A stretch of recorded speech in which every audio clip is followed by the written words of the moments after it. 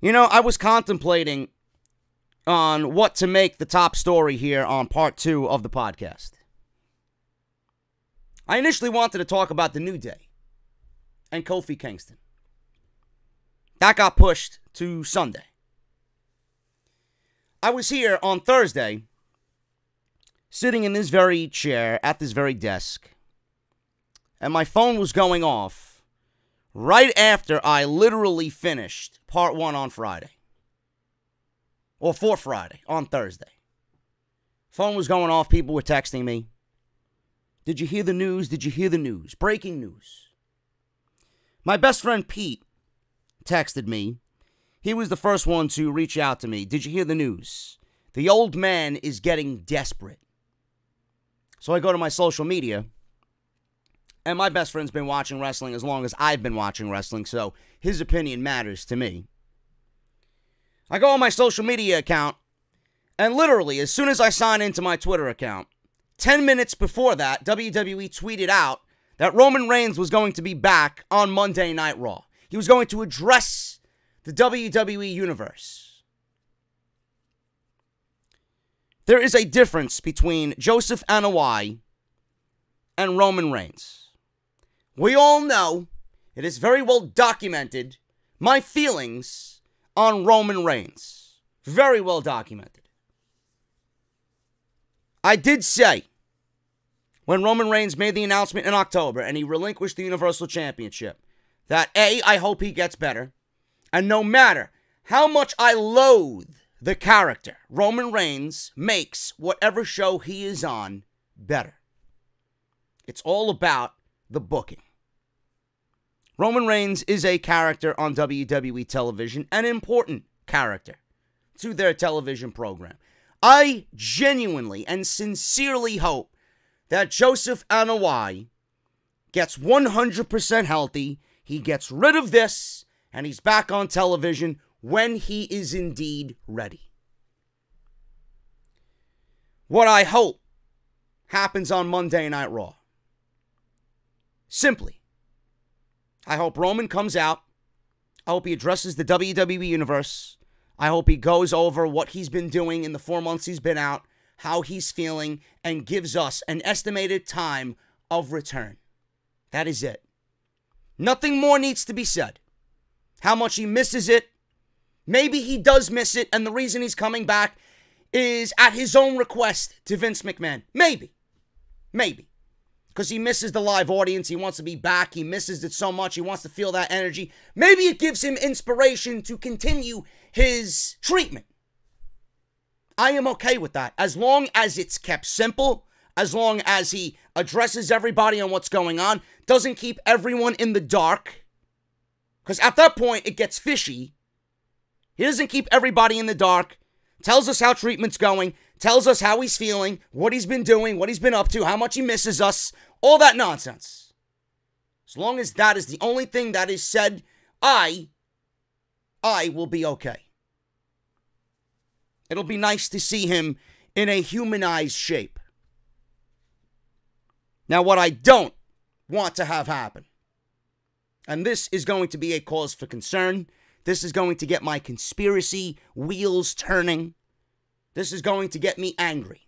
What I hope does not happen is Roman comes to television, does exactly what I just mentioned, and then either A, gets thrusted into a program for WrestleMania, B, is in the middle of Brock Lesnar and the Universal title situation, teasing that he's coming back for the Universal Championship, or worst, C, getting in the middle of Brock Lesnar and Seth Rollins, because WWE feels that with Roman's influence over the entire storyline, it would get people invested, which is not a good thing, because that's telling Seth Rollins, and that's telling the audience what you think of Seth Rollins. He's not good enough to handle a feud with Brock Lesnar and tell a story on his own without the returning hero in Roman Reigns. None of that needs to happen. None of that should happen. And if it does, then we can start getting our what ifs and whys and concerns out in the general public. if Roman Reigns, and I mean this wholeheartedly, I genuinely mean this wholeheartedly, and I know I am not the only one that feels that way, and I simply just want to state this without getting angry. Again, I have to reiterate for the people that want to hear what they want to hear. I hope Joseph Anoa'i gets better, and 100% gets better. I hope he's back on TV sooner rather than later. There's a difference between Anoa'i and Roman Reigns.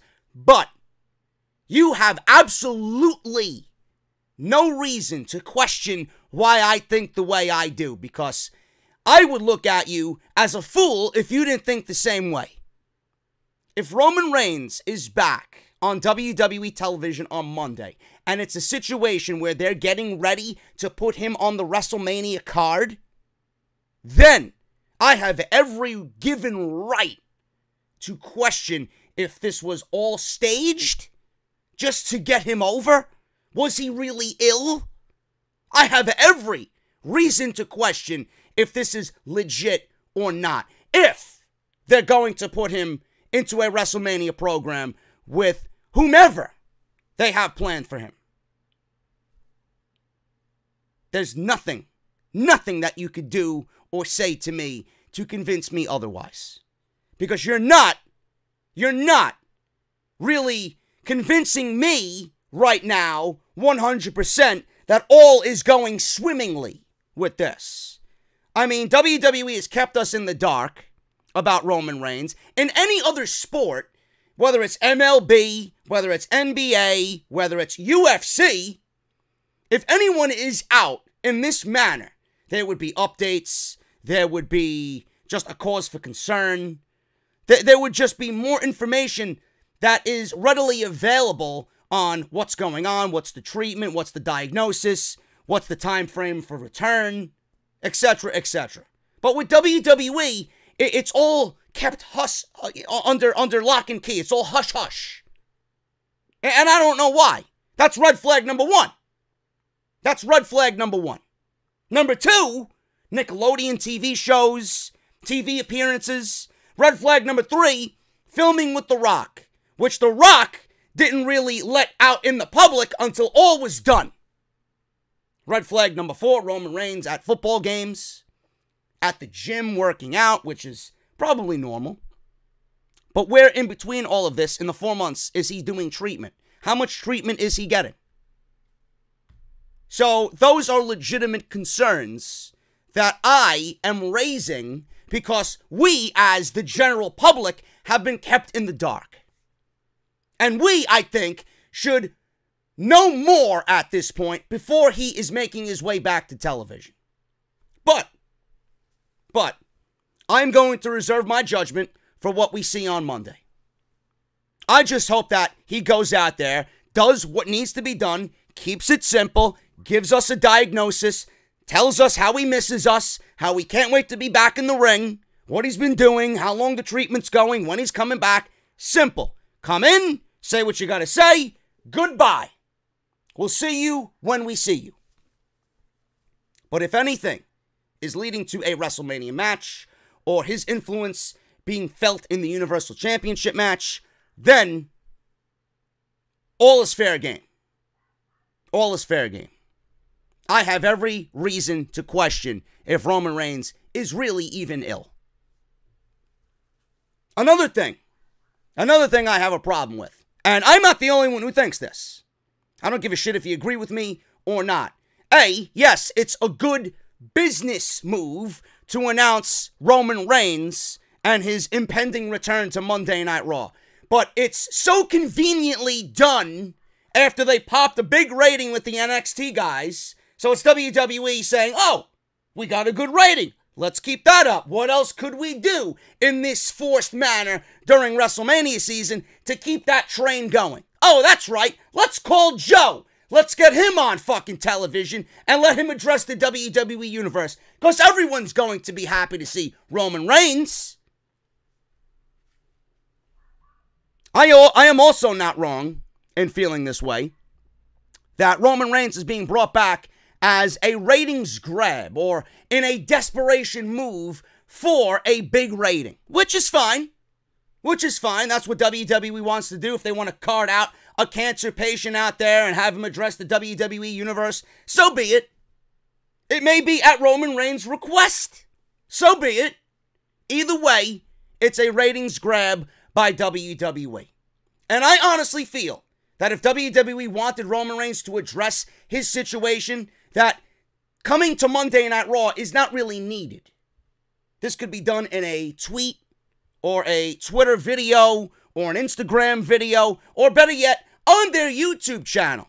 Either filmed by Roman Reigns himself or having WWE's camera crew make it look all pretty, film it, and then put it on their YouTube channel. Document what he's been doing, how he's feeling, when he's coming back, etc., etc.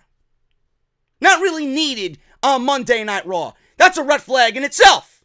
If you are coming to Monday Night Raw to address the WWE winners because you miss us, fine.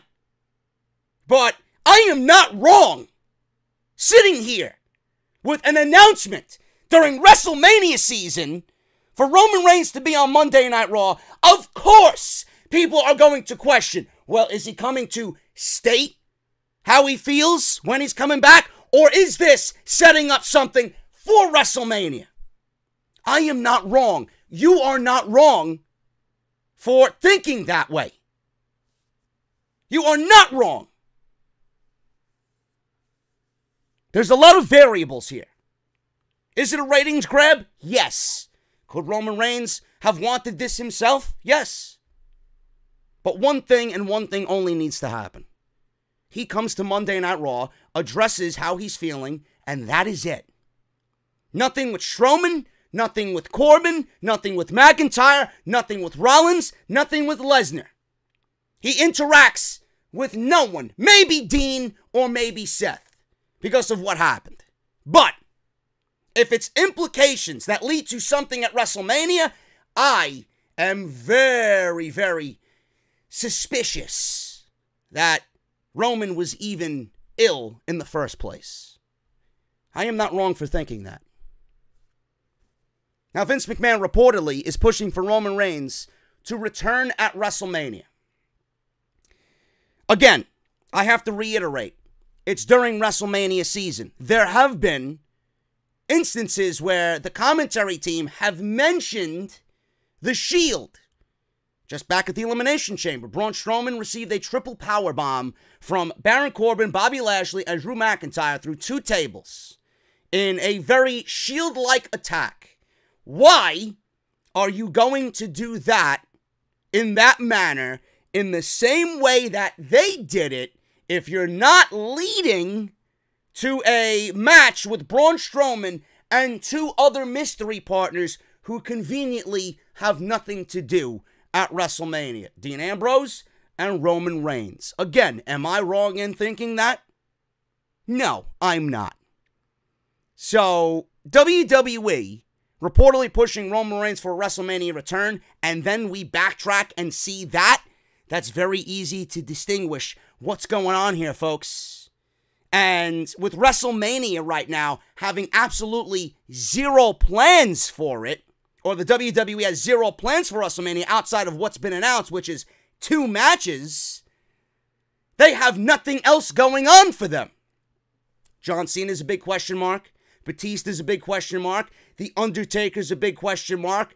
Triple H is a big question mark. You know? Shawn Michaels was rumored for months to be at WrestleMania. Clearly, that's not happening. The Rock, you know how many times, how many years now Vince has wanted The Rock at WrestleMania? There is no big names for Vince McMahon at this year's WrestleMania. Everyone is a big question mark. Is it out of the realm of possibility? Really? Is it that far-fetched to think that Roman Reigns could come back and be fast-tracked for television? And if he is, I and everyone else have every right to question if this was done on purpose. It's going to be asked. It is going to be asked. I am not the only one that's going to be raising that question.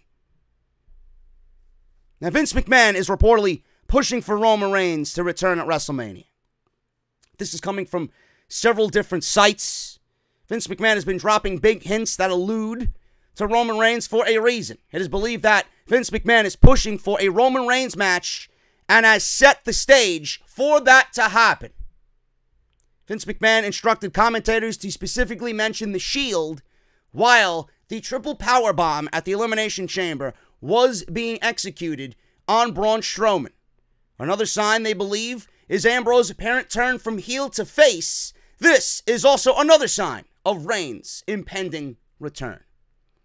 It is reported that the proposed WrestleMania match for Roman Reigns would be to team up with Dean Ambrose and Braun Strowman to take on Baron Corbin, Bobby Lashley, and Drew McIntyre.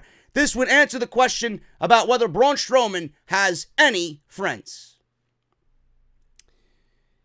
Let's go back to the Elimination Chamber. Braun Strowman got his ass kicked by Bobby Lashley, Drew McIntyre, and Baron Corbin in a calculated attack, very Shield-like. This is the same feud, or the same group of individuals, minus Dolph Ziggler, that was feuding with Rollins, Ambrose, and Reigns in the fourth quarter of 2018 for many, many, many months. How many times, how many combinations of matches we seen on Monday Night Raw? How many pay-per-view matches those 6 men had? And WWE is still, in 2019, telling the same story. The only difference is Lashley wasn't there. It was Dolph Ziggler, right? And we got Roman Reigns out on medical leave. Ambrose turned heel. He's now a babyface. And Rollins is doing his own thing for the Universal Championship. Is it that far-fetched to think that Roman Reigns could realistically be slotted in this position? And then I ask you again, is Roman Reigns really even needed at WrestleMania? The answer is no. Roman Reigns is going to be needed by Vince McMahon because Vince McMahon feels that Roman Reigns is enough star power to get people talking about WrestleMania outside of the one match that we have with Ronda Rousey, Charlotte Flair, and Becky Lynch. There's nothing else going on for him. Roman is his only option. Maybe it didn't work out so well for Vince McMahon. He expected something to happen, and now he's forced to fast-track Roman Reigns back to TV for WrestleMania. But I ask again, why? Are you interested in seeing this? I'm not. We've seen this going back to the Super Showdown in Australia. I don't even remember why they're feuding. I don't even know to this day why they're feuding. Why? What are they fighting over? Do you know how stupid it makes Braun Strowman look? The guy was just feuding with Roman Reigns in the Hell in a Cell. Now, all of a sudden, he's his friend? What about Drew McIntyre? Drew McIntyre dumped Dolph Ziggler for reasons that he wanted to be on his own. He is the king of the Monday Night Raw jungle. If he's the king or the leader of the Monday Night Raw jungle, why is he following orders from Baron Corbin? Why is he following orders from Bobby Lashley? So you put Drew McIntyre in this situation, and you had him, months before that, come out and say, I am no longer with Dolph Ziggler. I am the king of this jungle. I took out the Shield. Only to put him in a situation to feed him to Roman again? How does that make Drew McIntyre look? I don't understand this shit. What if Braun Strowman doesn't need any friends? He lost to Baron Corbin at the Elimination Chamber and came back on Monday with absolutely no help on either side and beat Baron Corbin. So he really doesn't need any friends to begin with because on Monday Night Raw, he beat Baron Corbin. Where were Lashley and where was McIntyre in that situation? None of this makes sense. None. Now, Vince McMahon's recent announcement that Roman Reigns will be on Raw next week on Monday to address his battle with leukemia could lend a lot of weight to this report. We would have to wait and see, but it would really be good to get Roman Reigns back on television because the WWE certainly could use him. Roman Reigns had to take a hiatus from WWE in October, but 4 months later, the rumors were heavy that he could be making his return. Reigns is scheduled to be at the Raw taping this week, and it is slated that he will mention his fight with leukemia. He's also scheduled to be on Good Morning America the next day.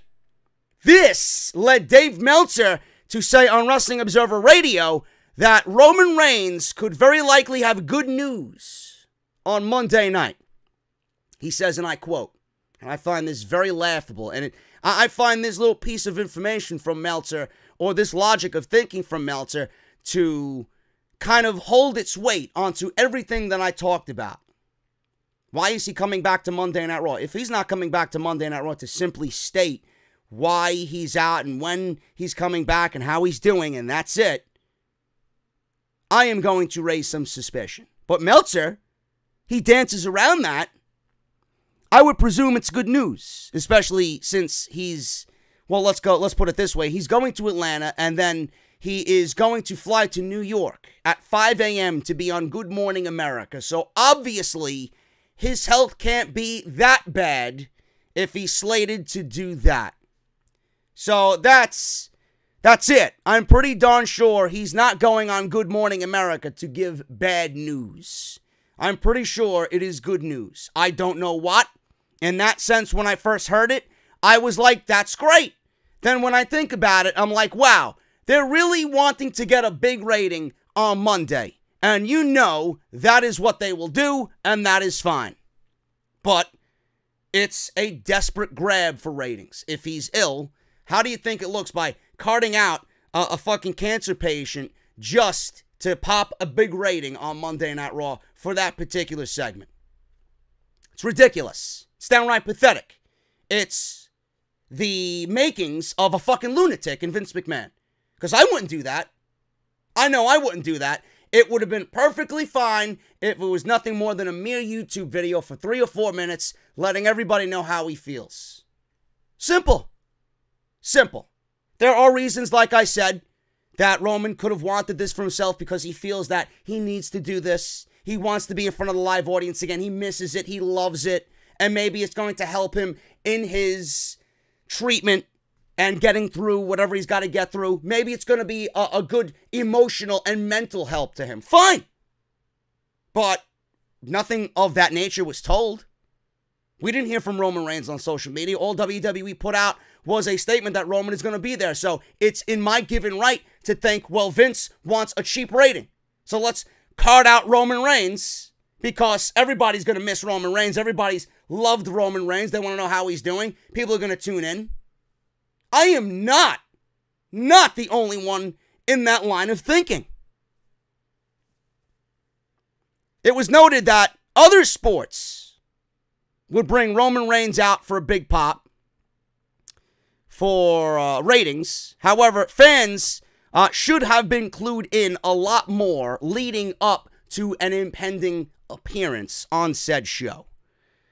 Meltzer went on to say, then I was like, God, if this was any other business, because they've kept you in the dark when they've known stuff was going on for months. He did a movie, Red Flag, which they kept you in the dark on until Dwayne Johnson released it on the last day of filming. He did Nickelodeon, right? He did, what else did he do? He was doing, he was at football games. He was photographed in the gym. So it's kind of like, you know, it's like, it's not that people don't ask. I know I asked about the situation, and I thought, you know, if this was UFC or if this was the NBA, they wouldn't go about it this way. Now, you never know what WWE could have Roman Reigns do on Monday night, but Meltzer went on to say that Baron Corbin, Bobby Lashley, and Drew McIntyre hitting a Shield triple powerbomb on Braun Strowman was not by accident. This is something that obviously has been reported because Vince McMahon is rumored to be pushing for a Roman Reigns return ASAP. Roman is not needed at WrestleMania, and quite frankly, if WWE wanted to bring Roman Reigns back to television, it should be done the right way when he is ready, in a more important, meaningful way. Not for a 6-man tag that we've seen for the last 4 or 5 months in 2018. I don't know who would be interested in this. You Roman Reigns fans, you wouldn't want something better for Roman Reigns' impending return? You want to see him come back for an absolutely meaningless feud with McIntyre, Corbin, and Bobby Lashley? To team with Braun Strowman and Dean Ambrose? The way I look at it is Dean Ambrose is probably getting the best end of the deal because that's going to be his last event for WWE. No better way to go out than teaming with a guy that you grew up with in the WWE. If Roman Reigns is announced in any way at WrestleMania, I'm going to sit here and tell you that he was never ill. There was nothing about him being ill at all.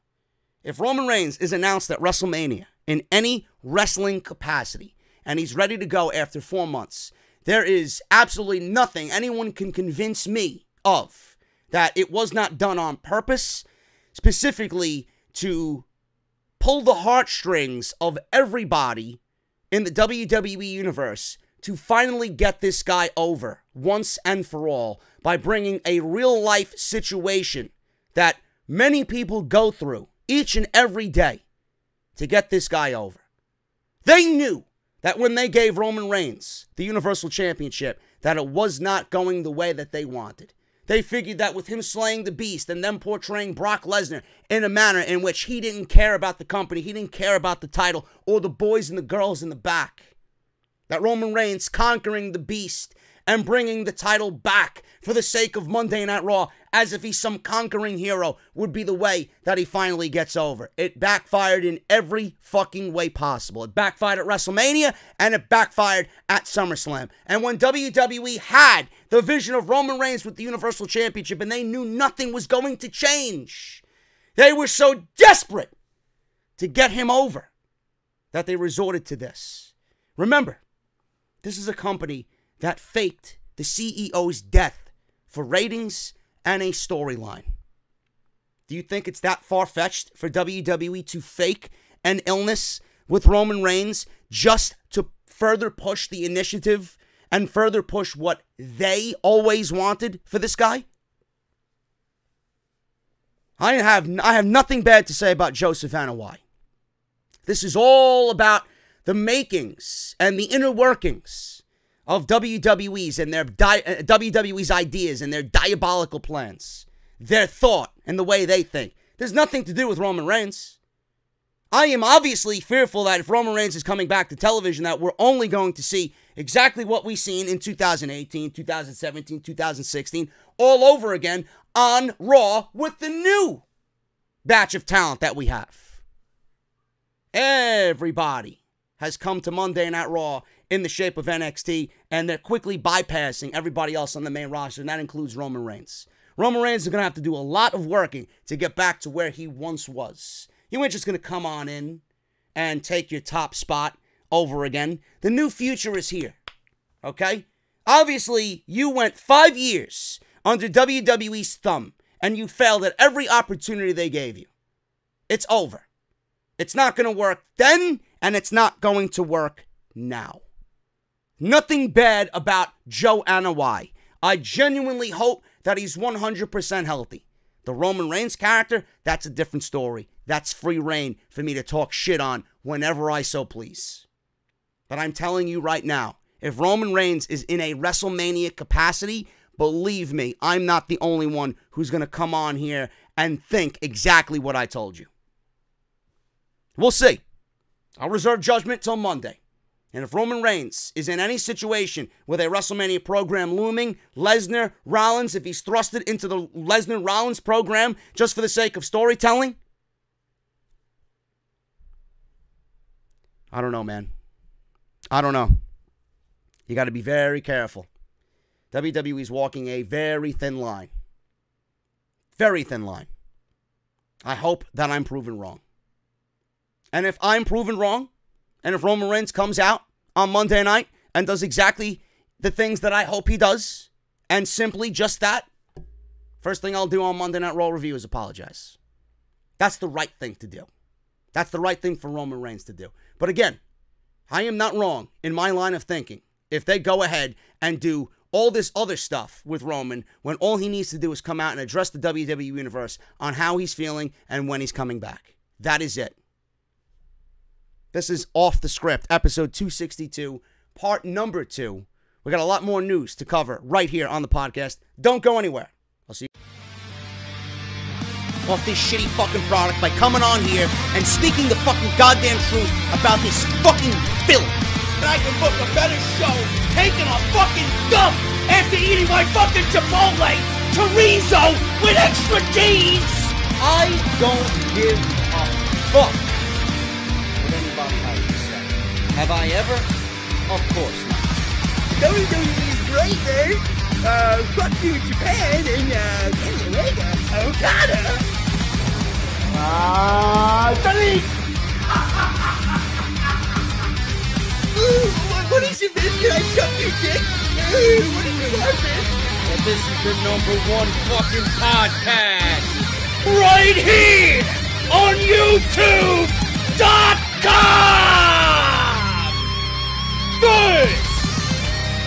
This is Off the Script.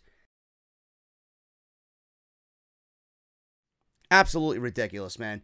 This is Off the Script, episode 262, part number 2. I want to thank you guys so much for coming on out, as always, here on Saturday afternoon. If you missed part 1, my goodness, man, my goodness.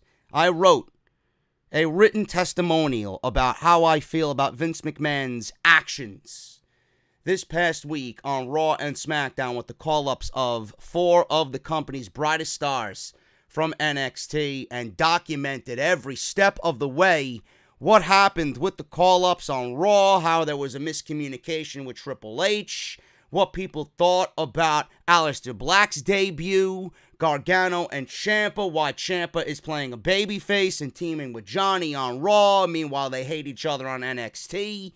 Big plans potentially in Cleveland at Fastlane for DIY and the Revival. All that, plus so much more on part 1. Make sure you guys go and check all of that out. It is linked in the annotation, that little I that you see in the top right corner. Drop that down and you'll see that, plus everything else you might have missed this week with Raw, SmackDown. People saying the first 20 minutes of the SmackDown review is one of my greatest rants of all time. NXT, the Velveteen Dream beat Johnny Gargano for the North American Championship. And we got some video game content as well with Resident Evil 2. So make sure you guys go and check all of that stuff out. I have to shout out everybody, man, who has purchased the JD's Elite t-shirt. Available on bonfire.com. We are rolling through Bonfire's campaign, man. You guys are absolutely fucking killing it. We have 122 sold as of today. If you guys want to get my goal of 150 for the month of February, man, we have some time to do it. I hope that we can reach that goal of 150. If you guys have not gotten your shirts yet, you can. Bonfire.com, exclusively with the JD's Elite Off the Script t-shirt, the official merchandise of Off the Script. Make sure you guys visit the link that I've provided down in the description for our online shop exclusively on bonfire.com, the only place you guys can get this beautiful, beautiful t-shirt. And I hope to see you guys wearing this at Wrestlemania and when I go out to Las Vegas for Double or Nothing, man. Thank you guys so very much. Let's hit that goal of 150. Follow me on social media at JD from NY206 on Twitter and on Instagram. I am on Instagram a little bit more these days, so make sure you guys follow me on there. I just found out last week that Instagram does not allow you to post links in the IG stories until you hit 10,000 followers on Instagram. Now, I would love to hit 10,000 followers before I get to Double or Nothing. I think that would be great. So if you guys want to follow me on Instagram, please do so. Everybody's got an Instagram. Everybody's got a smartphone. We're all on social media, man. We're fucking fiends for social media. So make sure you guys go and follow me over there. Hit that subscribe button. We are almost at 107,000 subscribers. Hit that bell. Turn on that bell for all notifications. Follow me on Twitch. I was actually on Twitch really grinding on Apex Legends on Thursday night. Make sure you guys follow me on there if you enjoy the video game aspect of what I do. JD from New York on Twitch, and patreon.com/JD from NY206. Thank you guys so very much for supporting me on Patreon. You guys got Off the Script Part 1 early before everybody else, and I know you guys love that. You guys were chiming in the comments. You guys were chiming in the Discord chat. You guys are really going off on how great Off the Script was, man. Thank you all so very much for all your support. I got to shout out Wrestling with Brody. He pledged $5. Kevin Cat pledged $5. We got Dante Brown raising his pledge from $5 to $30. Dante, you are a fucking beast. Thank you so very much, man. Chris Matter pledging $5. Jess W. raising his pledge from $25 to $31. Thank you so much, brother. Quentin pledging $1. We got John Pena raising his pledge from $2 to $5. We got Tensai Tommy raising his pledge from $15 to $30. Thank you so much, man. Kirk Larkin pledging $5. Dylan pledging $5. And you guys, that is the end of it right there for Patreon. Thank you so very much, man. We are, right now, this is probably the hottest that Patreon has been in months. So thank you guys so very much for supporting the podcast on Patreon. It really goes to show you that I have the best fan base in all of the community, man. Thank you all so very much for all your support. You guys know the deal about Harry's, man. I got to shout out Harry's every single time, man. Harry's.com/script. I love Harry's, man. In fact, I was going to use Harry's last night, and I completely forgot to because I was streaming Apex Legends. And I'm quite sad that I did not use Harry's when I wanted to. So now I got to use it after I record this very podcast because my face could use a shave. And there's no better product than Harry's.com. I love the closeness. I love the smoothness of Harry's. And if you guys have been using Harry's, what do you love about Harry's? Now, with Harry's, they are going to offer you a free trial. $13 value for absolutely nothing, man. And what you guys are going to experience is just what I experience every month. It is the best shave of your life. Now, Harry's founders were tired of paying for razors that were overpriced, over-designed, and all these gimmicks that you see from these other leading brands like vibrating heads and flex balls and all that stuff. Those are tactics that are used to raise the prices. Harry's wanted to get rid of all that. They fixed all that by combining a simple, clean design with quality, durable blades at a fair price. Harry's actually also bought a world-class blade factory, which helps in the cause, in Germany, that's been making quality blades for over 95 years. And they've received over 20,000 five-star reviews on Trustpilot and Google alone. And if you are not satisfied with your blade or your shave, there's a 100% quality guarantee. If you don't love your shave, let them know and you will be getting a full refund. Like I said, man, a $13 value. You're going to get a razor handle, choice of one color. You got 3 to choose from, the orange, the evergreen, and the navy blue. You're going to get a 5-blade razor strip with a lubricating strip and a trimmer blade. A rich lathering shave gel, generous 2-ounce bottle. It soothes, it hydrates, it smells fantastic. It leaves a nice tingling sensation on your face. And you're going to get a beautiful travel blade cover as well for a great presentation. So if you guys want to go redeem this free trial offer, all you have to do is go to harrys.com/script. Listeners of my show can redeem this trial by going to harrys.com/script. Make sure you go there and tell them that I sent you on Off the Script. Thank you guys so very much for all the support on Harry's. Love Harry's. Been using it for over a year. And I hope you guys feel the same way about it. Let's get into the news, man. I got a lot of news. Man, I think I wore myself out over that Roman Reigns stuff, man. Holy shit. I feel like I could use a nice cold beverage after getting myself worked up over this Roman Reigns nonsense. Anyway, let's get into the rest of the news. Brock Lesnar and Seth Rollins. What is WWE's intended story for this Universal Championship match at WrestleMania?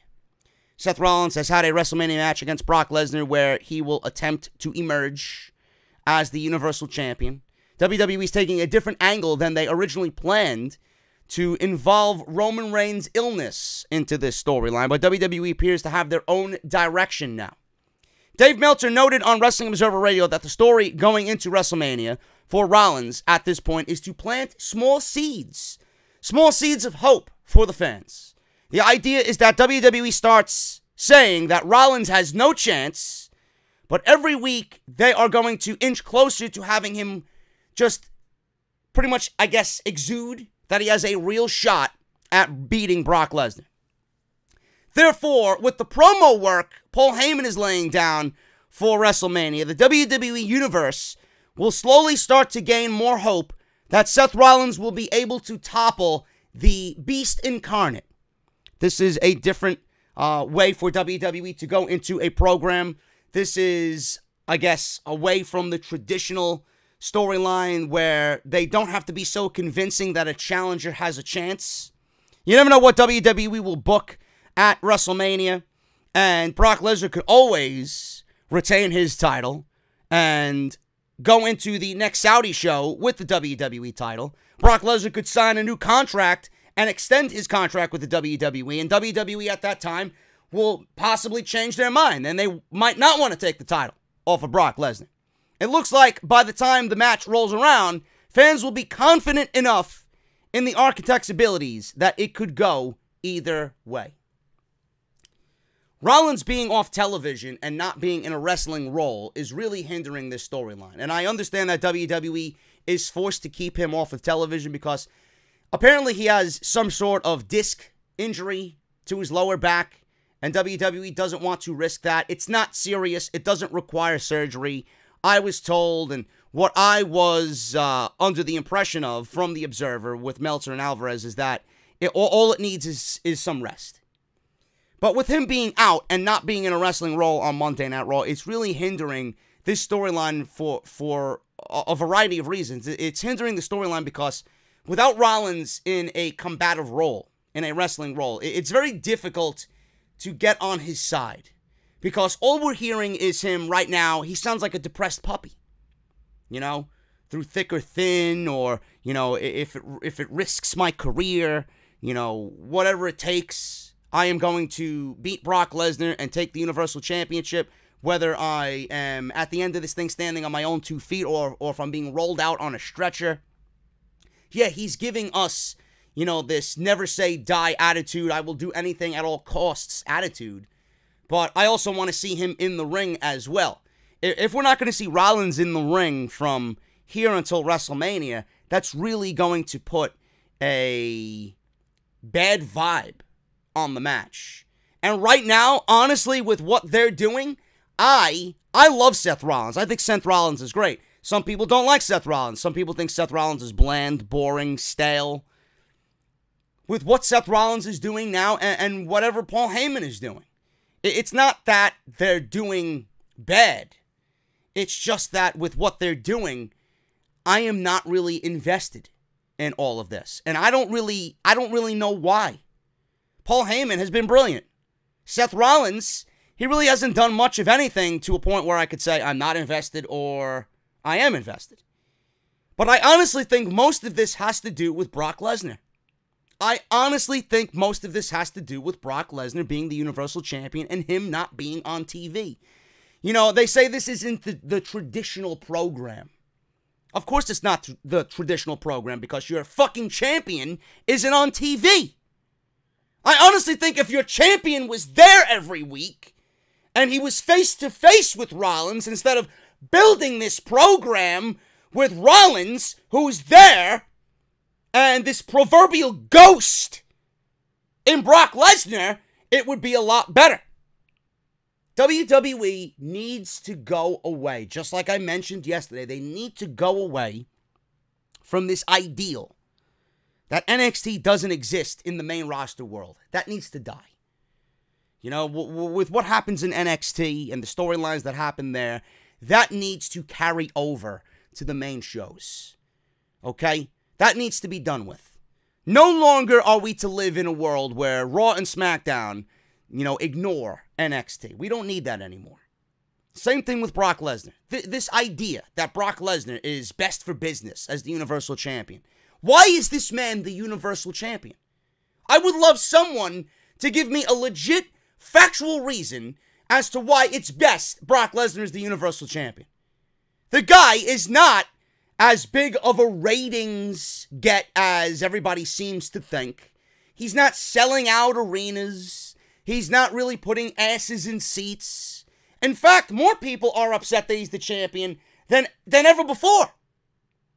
So every pay-per-view that you have, every major pay-per-view that you have, you're ultimately ruining the top program on your show because you opt to put the title on someone who is paid by appearance.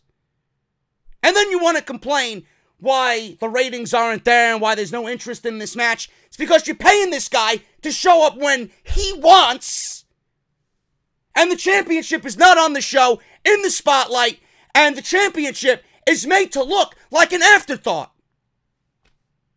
It's got to be put on someone that's going to be there every single day. That was the only aspect of Roman Reigns that I enjoyed. The fact that the title was going to be on the show. Was Roman Reigns the right man at that time? No. WWE failed on Seth Rollins. This match actually should have taken place at SummerSlam instead of Reigns and Brock Lesnar. But the fact that the title was on Roman Reigns and the title was going to be on Raw every single week, that was the one aspect that I can wholeheartedly say was most needed out of everything.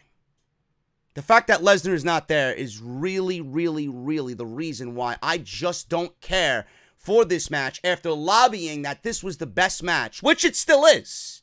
If you're basing it off of who on Monday Night Raw is the best for Brock Lesnar at WrestleMania, it is 100% Seth Rollins. There's no one else on that show that is better for Brock Lesnar at WrestleMania than Seth Rollins.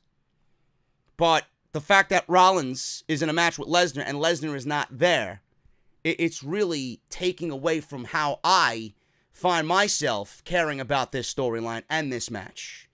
And I'm going to say right here, right now, going into this, I don't know how Vince McMahon feels about Seth Rollins, but I do know how Vince McMahon feels about Brock Lesnar. I would not be shocked at all to think that Brock Lesnar is going to lose this match. I would actually put big money on Brock Lesnar walking out of WrestleMania as the Universal Champion.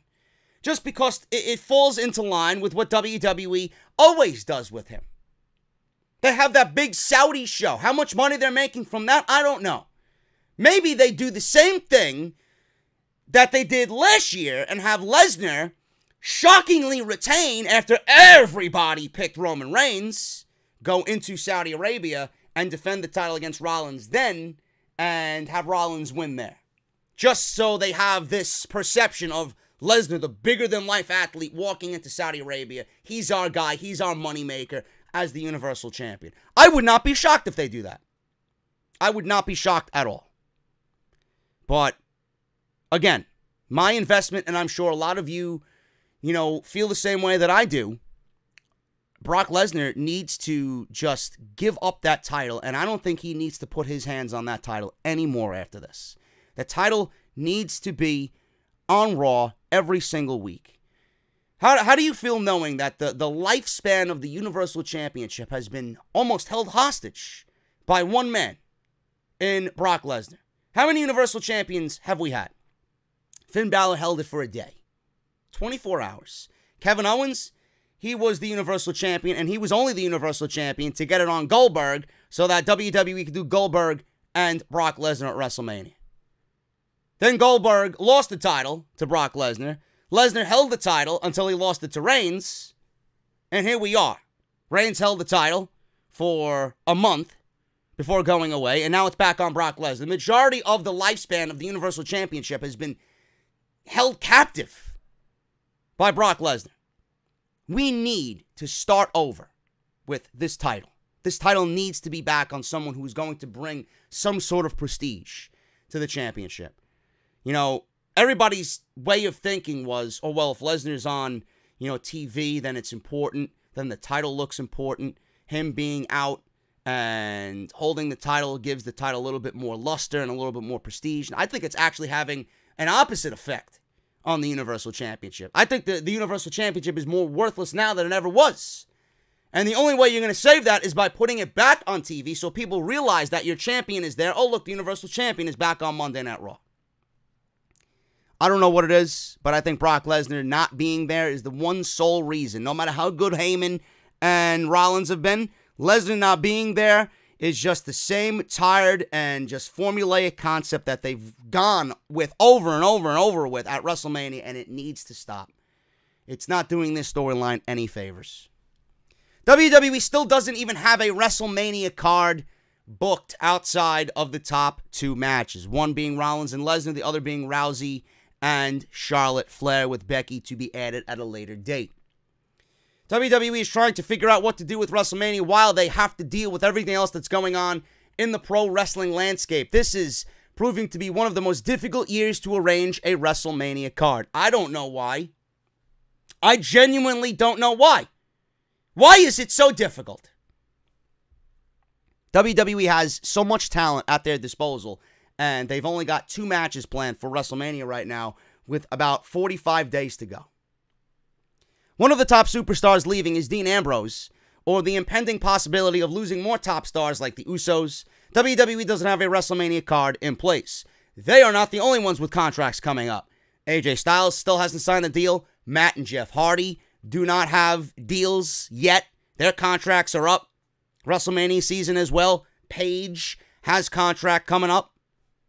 So they are not the only ones with contracts coming up. Plus, on top of that, everybody that has asked for a release. Hideo Itami, Ty Dillinger, right?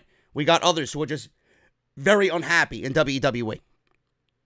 The Undertaker not being there. The Undertaker doing StarCast 2, which I'm sure just threw Vince McMahon into this fucking craze. That obviously bothered him more so than anything. The Undertaker doing StarCast, which is an all-elite wrestling production.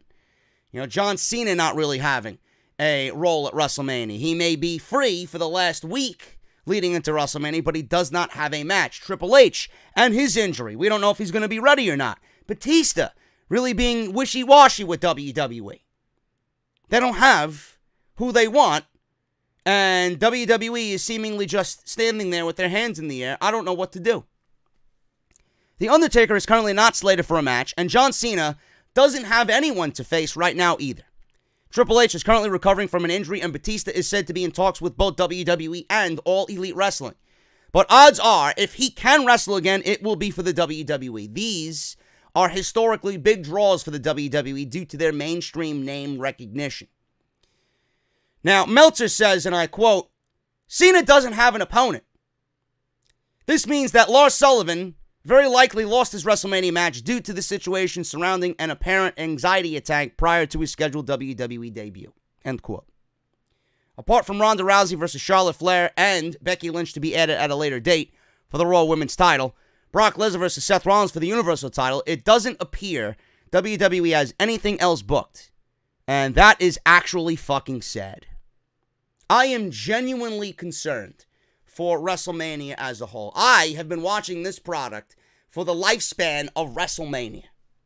This is the absolute worst I have seen WWE prepared for WrestleMania. The absolute worst.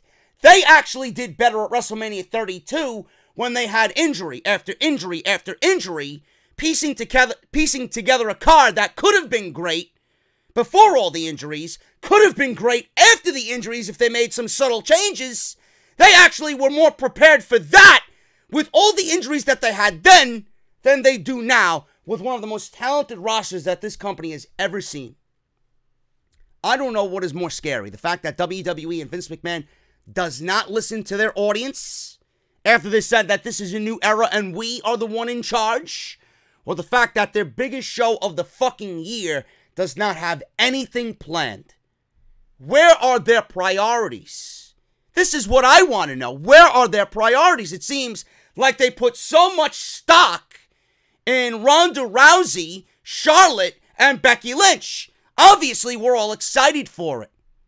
But when you're splitting up the pizza pie it seems like 6/8 of the pizza pie is going to that. One other slice is going to Rollins and Lesnar, and then everything else is getting that other slice, which is barely a bite. I don't understand the logic here. This is their biggest show of the year. How many times have I told you that coming out of SummerSlam, the latest Survivor Series is when they should have at least 5 or 6 matches thought of for WrestleMania? And here we sit in fucking March with 2. And we won't have any other matches planned until Fastlane is over. This is the mentality of a company that you're proud to support? This is a company that you willingly watch every single week and are afraid to bash for the decisions that they make? This is pathetic. As a fan, I'm genuinely concerned. How don't you have a WrestleMania card? Unreal. Absolutely unreal. John Cena booked for WrestleMania, but with no opponent. And if we get the rumored Reigns, Ambrose, and Strowman versus Corbin, McIntyre, and Lashley match at WrestleMania, John Cena is really going to be without an opponent. Now, if John Cena is booked for WrestleMania, he is apparently going to be free for WrestleMania. He was supposed to feud with Lars Sullivan. WWE booked an angle where Sullivan was supposed to attack Cena and then write him off television before he went to go do his movie. That segment never took place. WWE had to instead write an impromptu angle where they blamed Cena's absence on an ankle injury that they seemingly blamed on Drew McIntyre. Since then, it seems as if Sullivan's WrestleMania match against John Cena simply is not happening at this time. The Wrestling Observer newsletter noted that John Cena is booked for WrestleMania. However, he does not have a confirmed opponent. Well, if Drew McIntyre is tied up with whatever he's doing with Baron Corbin and Bobby Lashley and Braun Strowman, where does that leave Cena? That leaves Cena with no one. Now, I read a rumor today that WWE is actually planning for Kurt Angle's retirement match at WrestleMania. And I read, and this is reported from the guys over at Wrestle Talk, that they heard from sources that Kurt Angle could be in line for one of 3 opponents. It could be Rey Mysterio versus Kurt Angle at WrestleMania. It could be Kurt Angle versus The Undertaker at WrestleMania. Or it could be Kurt Angle versus John Cena at WrestleMania. John Cena began his career against Kurt Angle. He was there. And it could be the opposite, right? It would be Cena's first match against Angle. It would be Angle's last match against John Cena. Now, I am going to be honest with you. That does not excite me whatsoever. I do not care to see a 50-year-old Kurt Angle struggle moving around the ring against John Cena at WrestleMania. Yes, it looks great in the spotlight.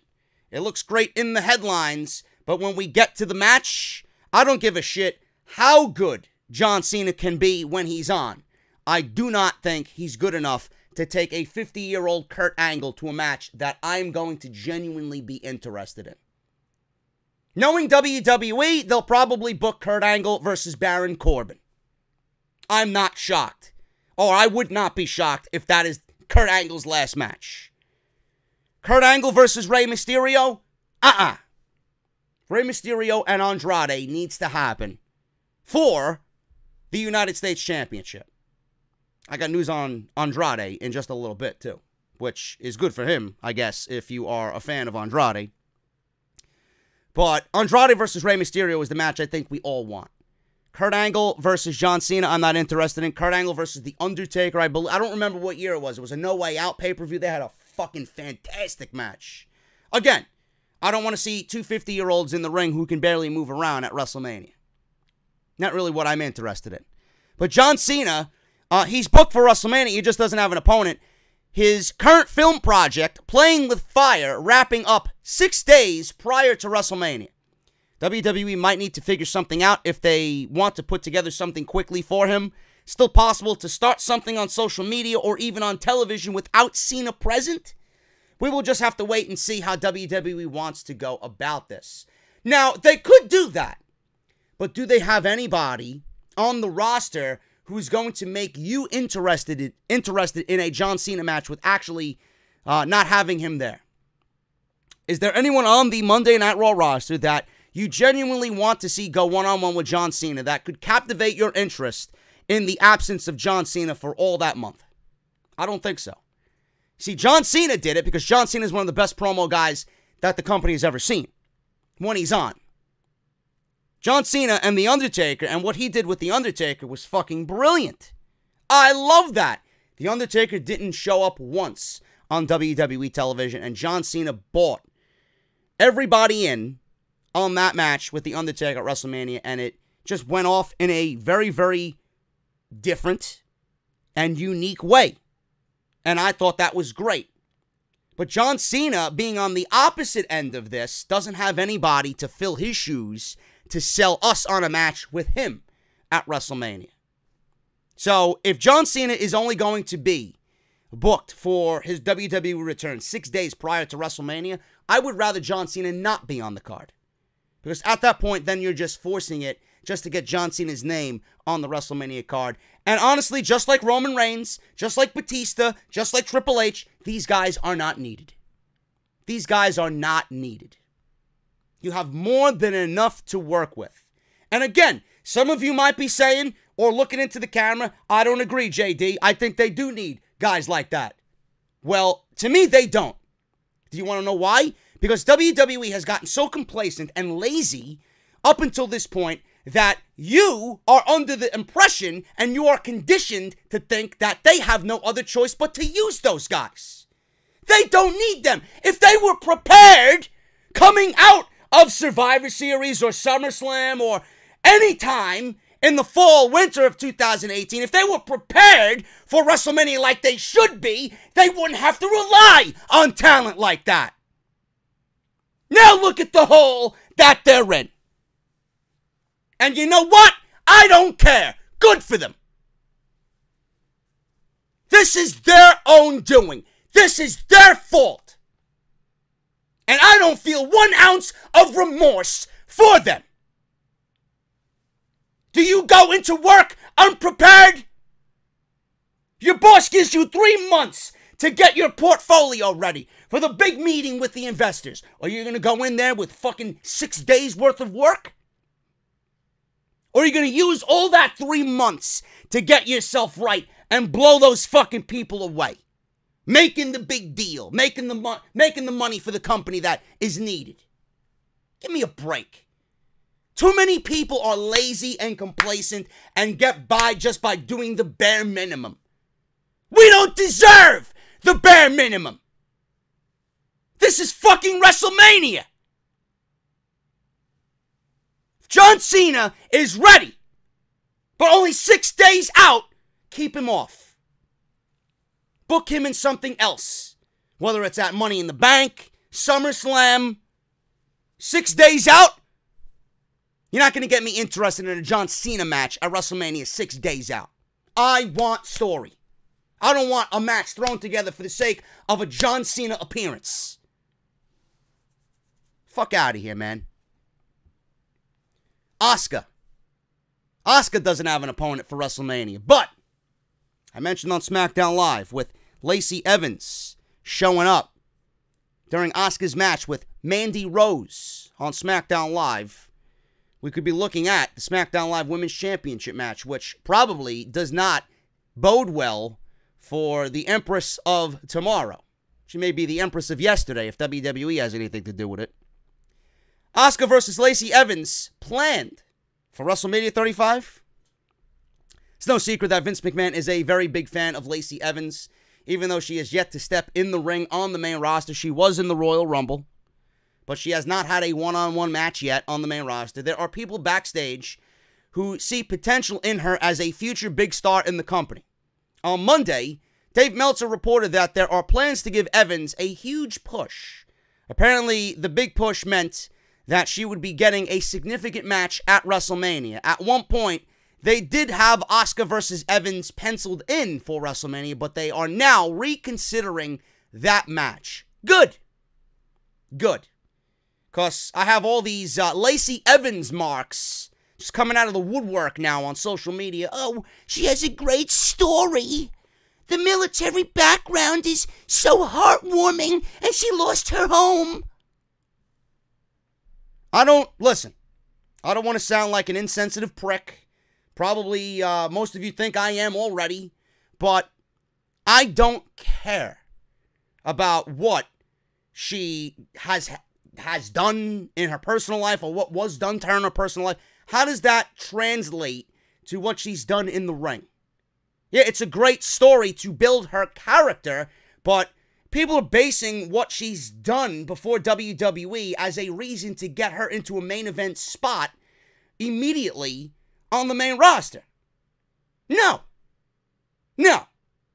Lacey Evans did jack shit in NXT. In fact, Lacey Evans doesn't even belong on the main roster at this point. She's done nothing. So to give her Asuka's spot, you have to be out of your fucking mind. People are so jaded in the community. Lacey Evans has done absolutely nothing to deserve a WrestleMania match against Asuka. Nothing. Like, I don't understand the logic of people. I'll wait. What did she do in NXT that you could counter-argue with me that she deserves a match at WrestleMania? What? Who did she beat down there? Candice LeRae? Did she ever vie for the NXT Women's Championship? A title that Asuka has held? Has she ever been in the ring with a Shayna Baszler for a championship match? Not that I recall. So she deserves a match at WrestleMania because she has a military background and she's a mother of how many children? Or she lost her home in a hurricane down in Florida. Great. I feel sorry for her. How does that translate to WrestleMania SmackDown Live Women's Championship match? It doesn't. It doesn't.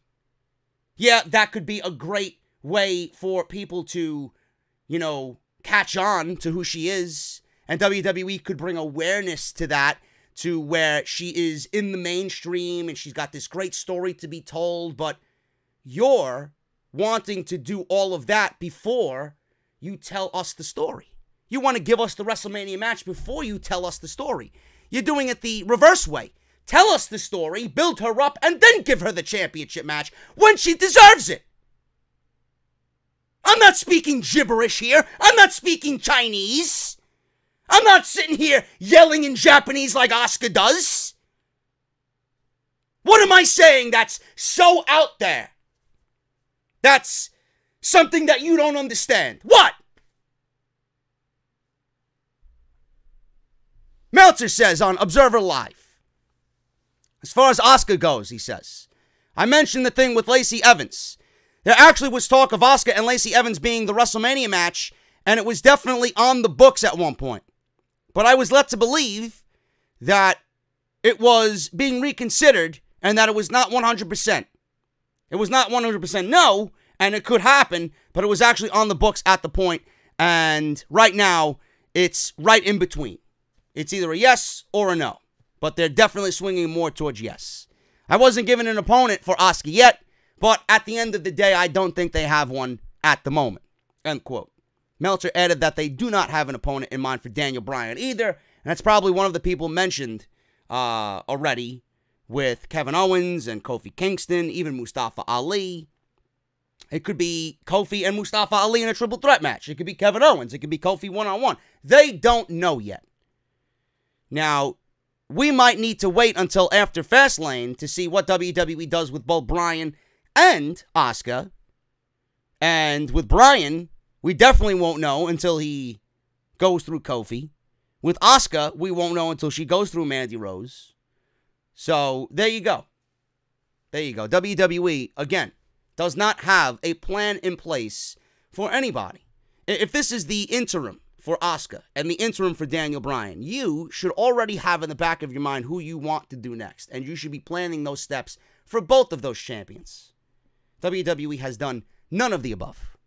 But Lacey Evans, please, calm your fucking garbage. These irrelevants on social media, they want a certain something which makes absolutely no sense. As far as I'm concerned, Mandy Rose deserves a WrestleMania match more than Lacey Evans does. How are you going to convince me that Lacey Evans is more deserving of a SmackDown Live Women's Championship match over Mandy Rose? She's done nothing. Oh, let me come walking out. Let me go to the back. Rinse and repeat. Fuck out of here, man.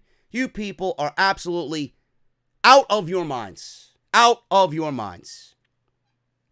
Speaking of Lacey Evans, two other stories on Lacey Evans here.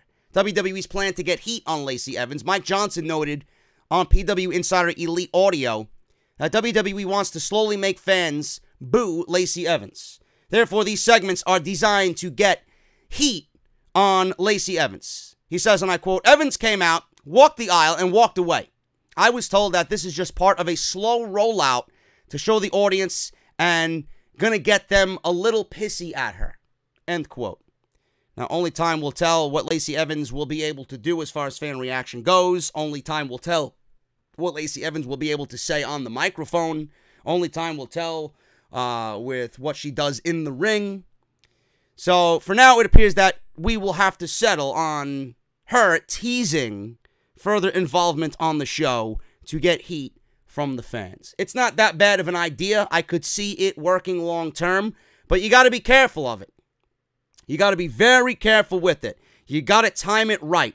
If you do it too much, people are going to give her heat for all the wrong reasons. If she does it too much, or you have her do it too much, it's going to be go away heat. I don't know who this is. Go the fuck away. If you're not going to wrestle, go the fuck away. If WWE times it just right, I could see it working. So they got to be very, very, very careful with what they do with Lacey Evans. But in theory, it could definitely work. I see it similar to what they tried to do with Eva Marie. And with Eva Marie, it backfired. They tried to take a real-life situation with Eva Marie, having her come up with all these different types of excuses, make the big grand entrance, get in the ring, have a wardrobe malfunction, you know, have something wrong with her wrestling attire or wrestling boot, you know, and it was always an excuse after an excuse after an excuse as to why she can't wrestle. It was a real-life take on what we all thought of Eva Marie, the fact that she can't wrestle. So, the more that they did that, you know, WWE was playing into real life, but they were also getting heat on Eva Marie for all the wrong reasons. People didn't want to see Eva Marie. The more you did that, the more people got upset. Like, listen, we know she can't wrestle, and you're just ramming it down our throat. Get out of here. You know? If you're not going to wrestle and prove to us that you are working hard at it, just go the fuck away.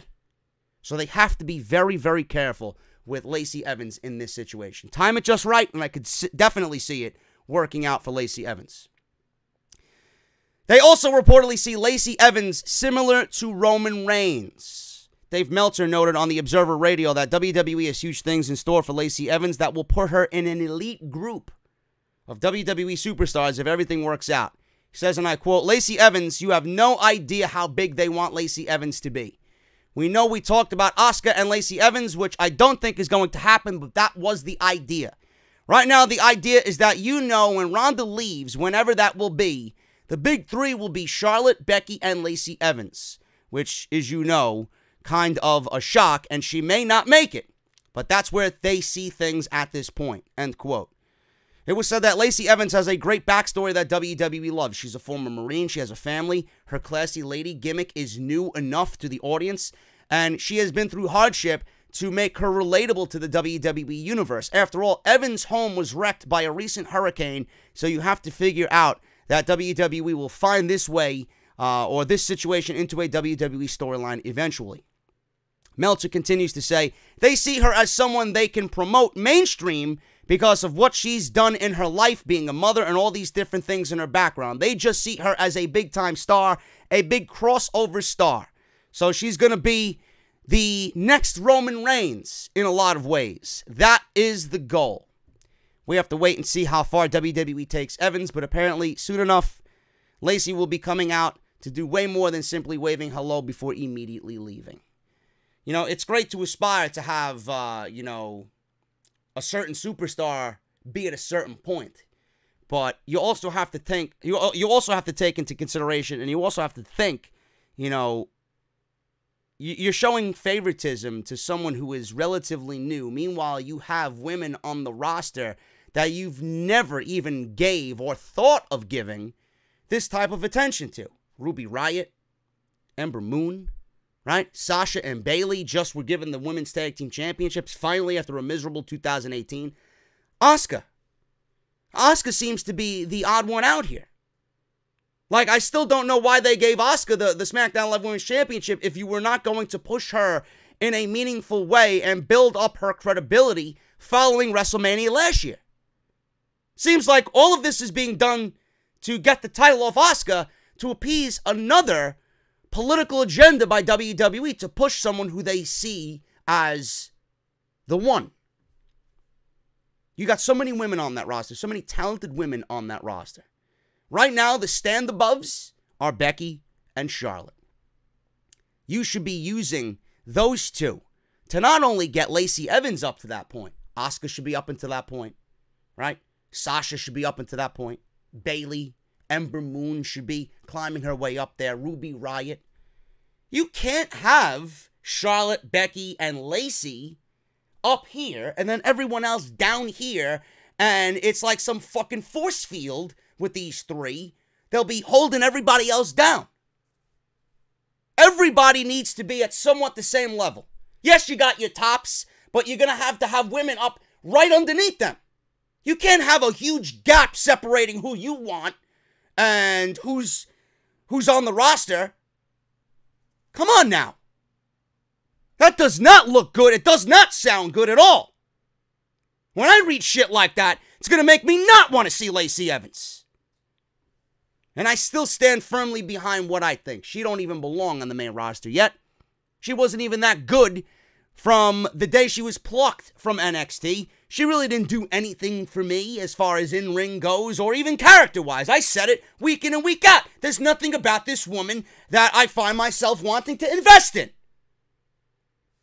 And if WWE forces that on us, I'm going to like it. I'm going to like it even less than I did then. Come on. It's fucking ridiculous. I don't really understand this shit. Speaking of the women, Charlotte Flair.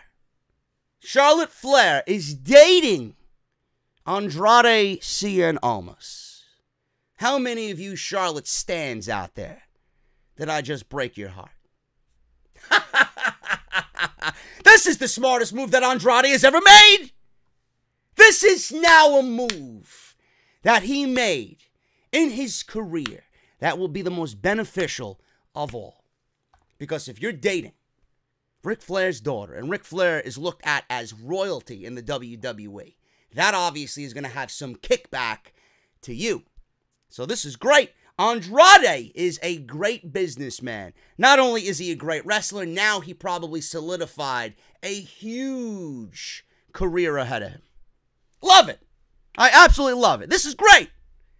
Charlotte Flair is going to be in the WrestleMania main event.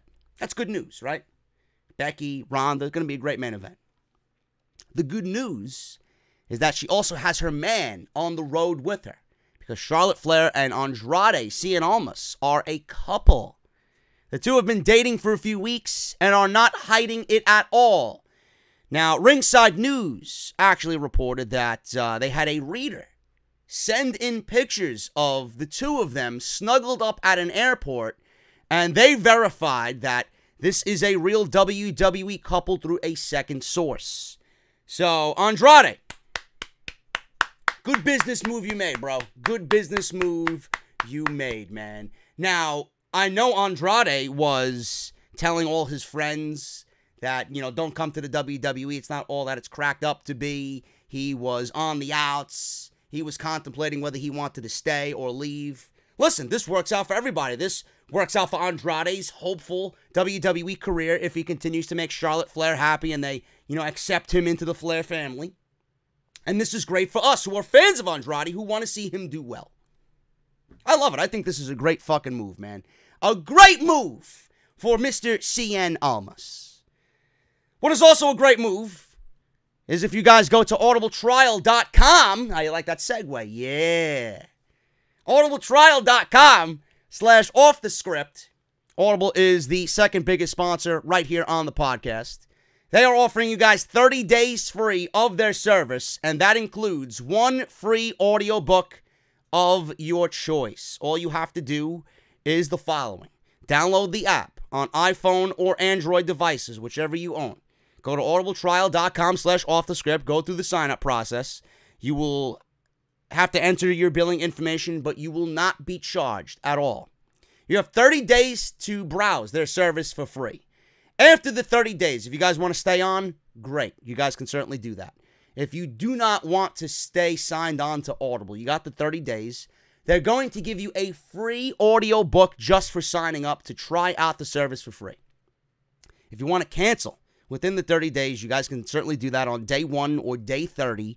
You guys can cancel anytime within the 30 days, and you still get to keep your audio book for free, just as a thank you for signing up. And Audible has over 200,000 audiobooks to choose from, a lot of which are wrestling related. So if you guys want to support the podcast, you guys can certainly do so for basically just listening to what I have to say here today. audibletrial.com/offthescript. Go and get yourself a free audiobook courtesy of Off the Script.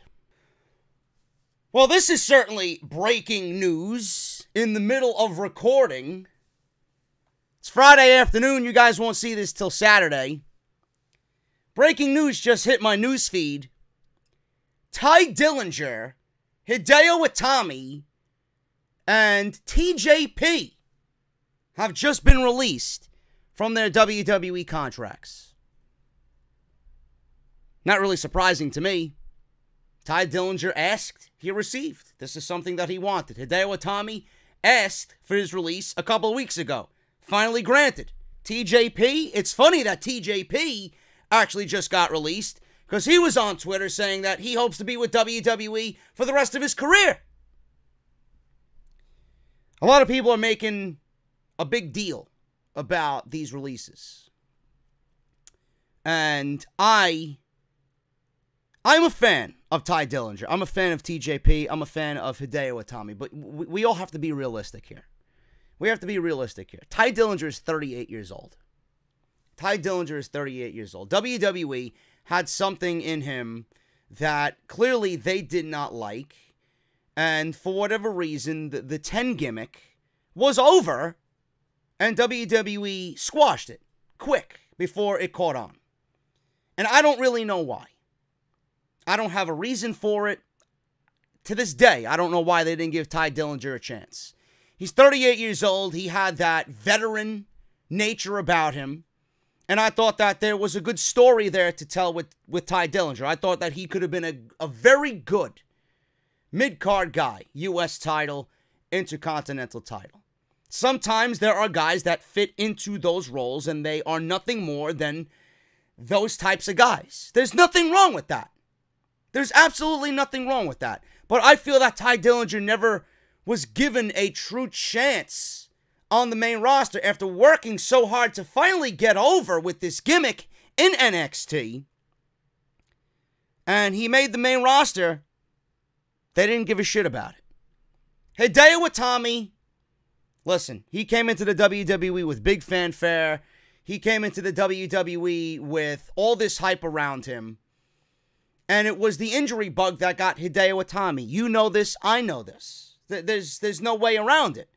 He was out for almost 2 years.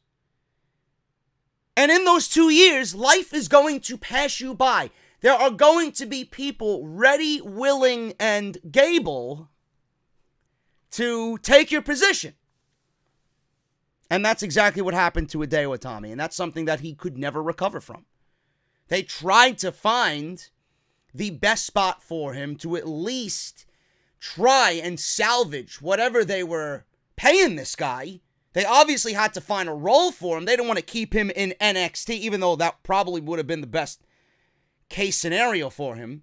They tried to find a hotshot road for him to at least be on the main roster because that's what they had envisioned for him. They put him on 205 Live. He just never went anywhere. The injury bug was just too much to overcome. And TJP, he was the first ever Cruiserweight champion. He was the inaugural Cruiserweight Classic winner. And here we are sitting talking about his release, which is, I think, the most shocking out of all. Now, are any of these releases going to be detrimental to the WWE? No. The WWE isn't going to lose sleep over these guys. The WWE isn't going to care about where these guys go. They were not major players. The WWE felt like, listen, we're not using these guys. There's no reason to keep these guys on the payroll, to pay them. We have no vision for them at all. They want to go. It's the best scenario to just let them go. Whether they show up at AEW Double or Nothing, whether they are new members of the AEW roster, that remains to be seen. Then that's a whole new bag of worms. It's going to give more fuel to the fire of these fucking cretins on social media. Oh, look at AEW. It's nothing but a fucking landfill of WWE has-beens. You know, Cody, I was actually going to talk about this tomorrow on Off the Script. I might as well talk about this now, being that it was in the news that he asked for his release, and then I'm sitting here today saying that his release got granted. Rusev actually commented on this. Godspeed, Ronnie. I remember the days when we used to go to war for stars. Big E always went number 5, or 5 numbers below. Then Cody Rhodes actually commented on this release, and he said, fearless, after Ty Dillinger posted his statement about asking for his release. He said, fearless. I can't wait to see what you do next. I wish you all the happiness in the world, old friend. I think AEW would be that much better if all 3 of these guys ended up over there. That is something that I think for AEW is not going to be a game changer, but it's going to solidify them at having a damn good fucking roster ready for TV. And this is going to be a new lease on life for all 3 of those guys to do what they've wanted to do with the second biggest promotion in the United States. But you got to look at this realistically. This is not going to make WWE lose sleep. The WWE had no plan for these guys. They were not going to make money for the WWE. It's just something that they felt was the best. And you know what? I'm going to dip into the conspiracy theory cookie jar here. Vince McMahon has been on a tirade. It looks like he's been on a tirade of sorts this week, recklessly calling up the NXT guys on Monday and Tuesday for Raw and SmackDown. Roman Reigns being announced, 3 or 4 months into this illness, ready for TV, coming back to TV, announcing whatever he's going to announce on Monday Night Raw. It seems like a true desperation ratings ploy. Something seems fishy. And if Roman Reigns is really ill, you're trotting out someone who is ill to television just to boost your fucking miserable show. And then the rumors of them putting him in a WrestleMania match. Again, fishy. I'm going to dip my hand in the conspiracy cookie jar again and say, maybe this is WWE, or maybe this is Vince, again getting back at Triple H. All 3 of these guys were Triple H guys.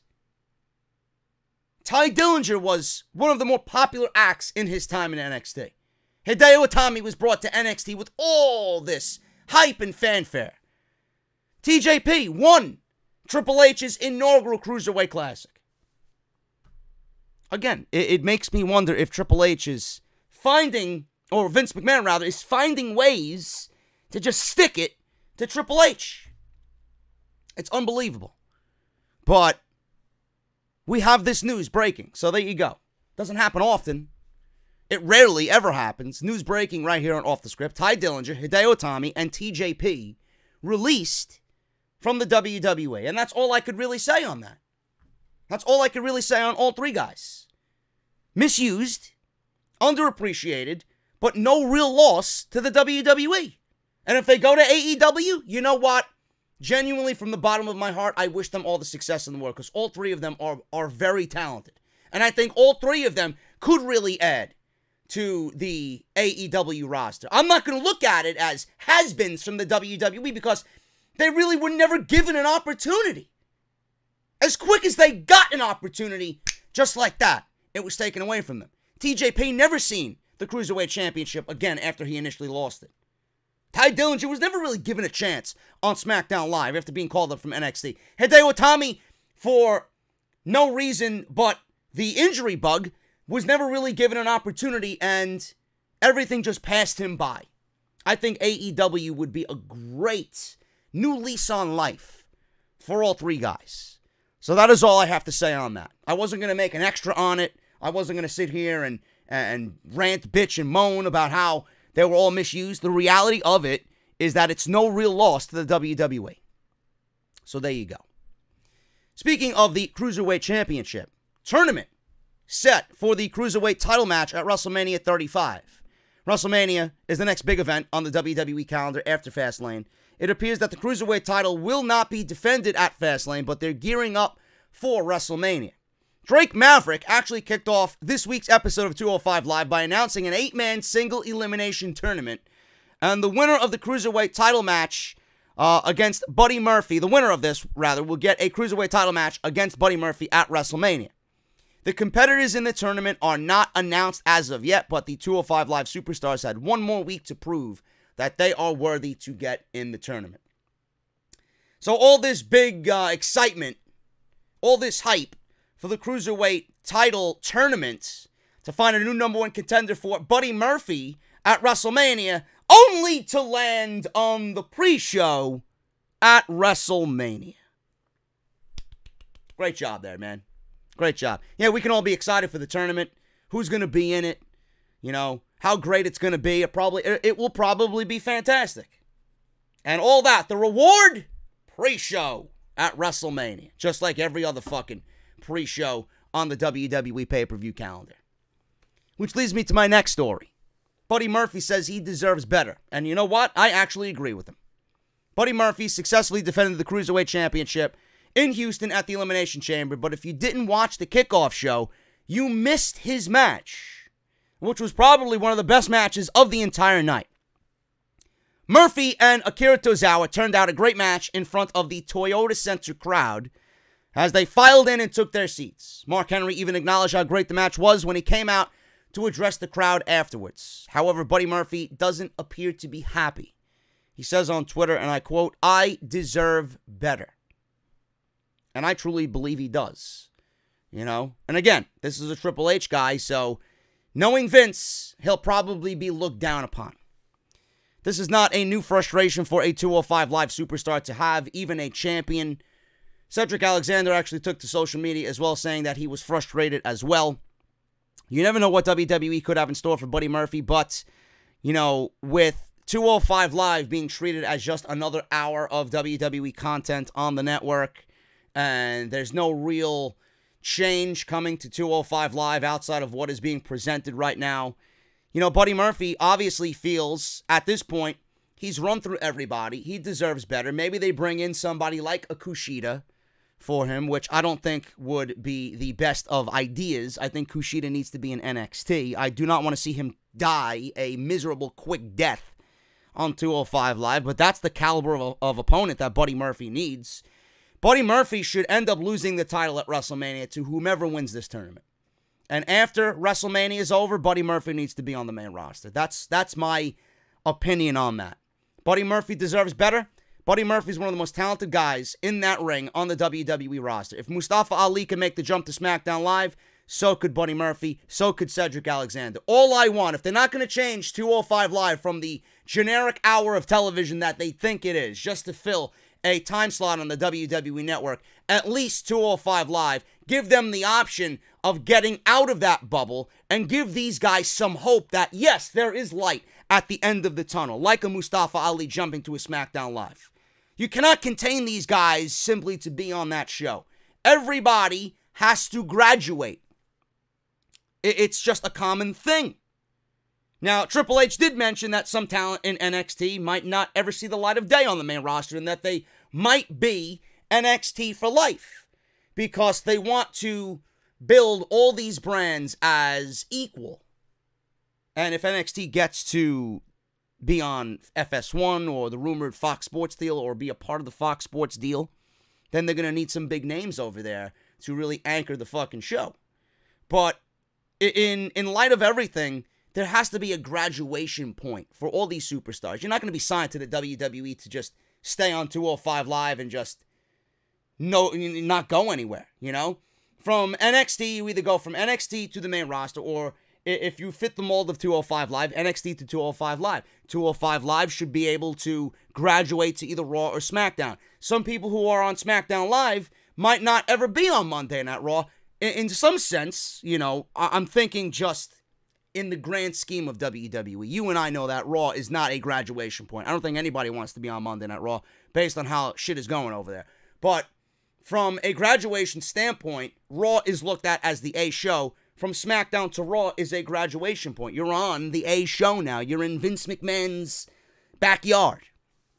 He doesn't really, care. He cares about it, but he doesn't care about it as much as Monday Night Raw, SmackDown Live.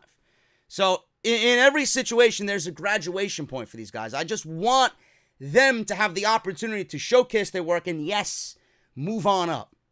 You can't keep them contained in that bubble.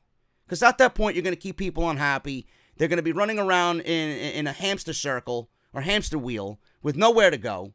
Same thing day in and day out. They want more to do. They want to prove themselves more. You're in this business, yes, to make money. You need to feed your family. You need to have, a nice life for yourself. But you also want to build a resume and a career for yourself that you can look back on and tell your kids about. Yeah, I did this.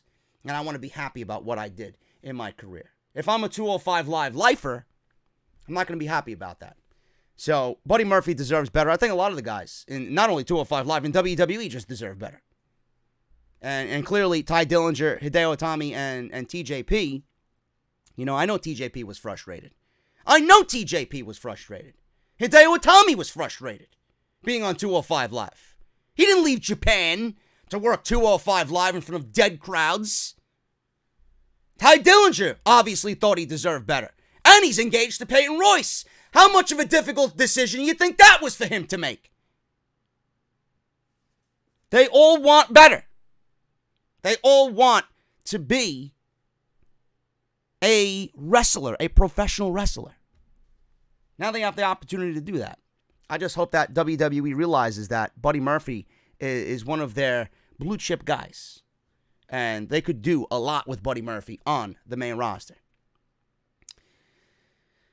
We have one more story here, man, before I get the hell out of here. And we'll save the rest for tomorrow, which I hope I have enough of, because a lot of my news for Sunday involved Ty Dillinger and his release. But we'll talk about tomorrow when we get to tomorrow. I got a bunch of WrestleMania news and notes. Kofi Kingston, New Day, Daniel Bryan. So it'll be good. But this last story here, Paige really came off sounding like a fucking buffoon on social media.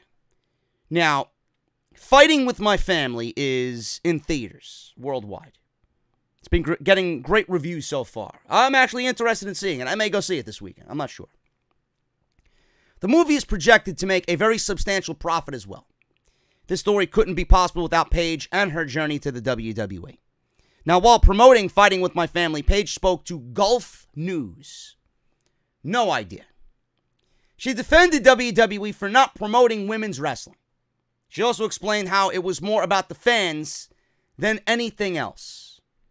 She says, and I quote, "It was never WWE holding women back. It was the fans not taking them seriously. They wanted to see more of the male characters many years ago. It was a male-dominated sport." Yes, in some sense it was. But for you to state that WWE was holding the women back? What are you, fucking mental? Honestly, the WWE was holding the women back? It was WWE who thought nothing more of the women than sex objects. Crawling around on all fours, fucking in very risque storylines with the McMahons, Vince himself, bra and panties matches, mud fights, pillow fights. This is all WWE thought of when they seen the women. I mean, they had a diva search to go out and find legitimate women to fill TV time with that only was based on looks. Who had the bigger tits? Who had the prettier face? Who had the nicest ass? But you want to throw it back on the fans and say that the fans didn't take them seriously. The WWE didn't take them seriously, and in turn, the fans were just following WWE's lead. Now, if you asked everybody back in the day what you'd rather see, yeah, more times than not, the fan would probably want to see the pillow fight because it fit the era.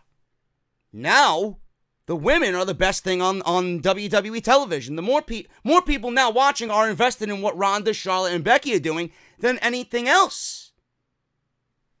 So I don't understand why you're blaming the fans. The fans were getting up and calling it a bathroom break. Because WWE gave 2 minutes to the women on Monday Night Raw, and we knew that. We knew what was coming because they conditioned you to think that way. 2 minutes for Nikki Bella, 2 minutes for Michelle McCool, 2 minutes for Layla, 2 minutes for Candice Michelle, 2 minutes for whomever. Rosa Mendez. First of all, you didn't even have, out of the women on the roster, about 98% of them were not even legit wrestlers. They were models pretending to be wrestlers. Out of the women on that roster who could legitimately wrestle, they didn't really do anything with. You mixed them up with people who can't wrestle. So the 2-minute matches were a given. 2-minute matches, and we knew this. So people got up and said, okay, the women are on. We don't expect anything else because the WWE really hasn't given us anything to care about. We'll go to the concession stand, or we'll go fucking scoop cat litter, or we'll go take the dog for a walk. I got 6 minutes between this and the 4-minute commercials. We'll go walk the dog up and down the block. Or I'll go use the bathroom. Or I'll go get another cold beverage. Who cares? This is WWE conditioning their fans. The WWE was not, innocent here. The WWE always held the women back. Because you didn't properly give us the women that we wanted on television. You marketed them as one thing, and you expected the fans to think of something else. When I first started, there were only 5 women there. It was a struggle, but WWE just believed in us. When I got into the ring, I wanted to prove to the fans that girls were capable of having good matches and sometimes even better. That was my mission from the get-go. Now there's obviously a revolution. End quote. Paige also discussed her battle with depression in the wake of extremely unfortunate circumstances. After her private videos were leaked online, Paige brought up the story about how a small child walked up to her in the grocery store and changed her life by acting like Paige. And it was the most beautiful, and acting like Paige was the most beautiful woman in the world, this little girl. She says, and I quote, "It just changed me because it made me stronger. It made me take out all the toxic things that people said about me out of my life. And now I just look at it way more positively. I am very open about it now. I made a mistake and I can share it with people now. So I can help others who are going to hopefully not make the same mistakes I do." End quote. Paige and her next steps in WWE might not be so clear. After being removed as SmackDown Live general manager, you never know where Paige will pop up next. She is building a brand away from pro wrestling and doing well in that area as well.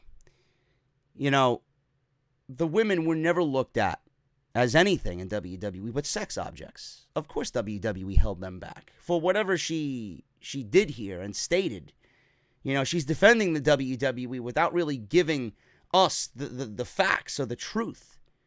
And it's ridiculous. The fans didn't take them seriously because the WWE never took the women seriously. Ever. That's the gist of it. Now the WWE takes the women seriously, and we, as a fan base, are following suit. The WWE, they do something, right? Why should we care if they don't care? It's a simple thought process. If you show me that you don't care, I don't care. And the best way for me to put it is what they did to Dolph Ziggler. How many years this guy has been one of the best wrestlers in that company? How many times have WWE showcased that, yeah, Ziggler's good, but not good enough? And all the times that he lost and lost and lost and lost. After a while, people are growing accustomed to what WWE is trying to relay through Dolph Ziggler losing. And at the end of the day, if they don't care and they're showcasing Dolph Ziggler in that way, then why are the fans going to care? And every time he appeared on television, it's, oh, Dolph Ziggler. They don't care about him. I don't really care about him either. And he never got the reaction that he deserved.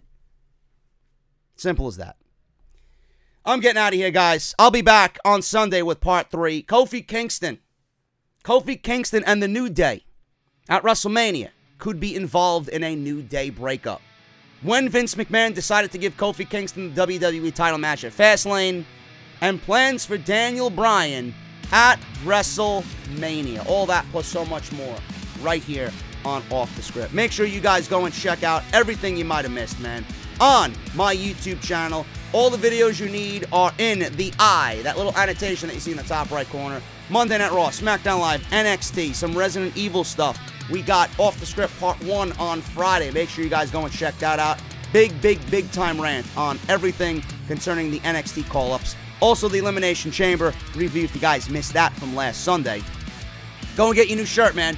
JD's Elite on Bonfire.com. Let's try and get 150 before the month of February is over, man. Please do so. Link is down in the description towards the very top. Let's blow it away, man. Thank you so much for everything. Follow me on social media at JD from NY206, on Twitter and on Instagram. Twitch, JD from New York. Hit that subscribe button, turn on that bell for notifications. If you guys want to support the podcast on Patreon as well, patreon.com/JD from NY206.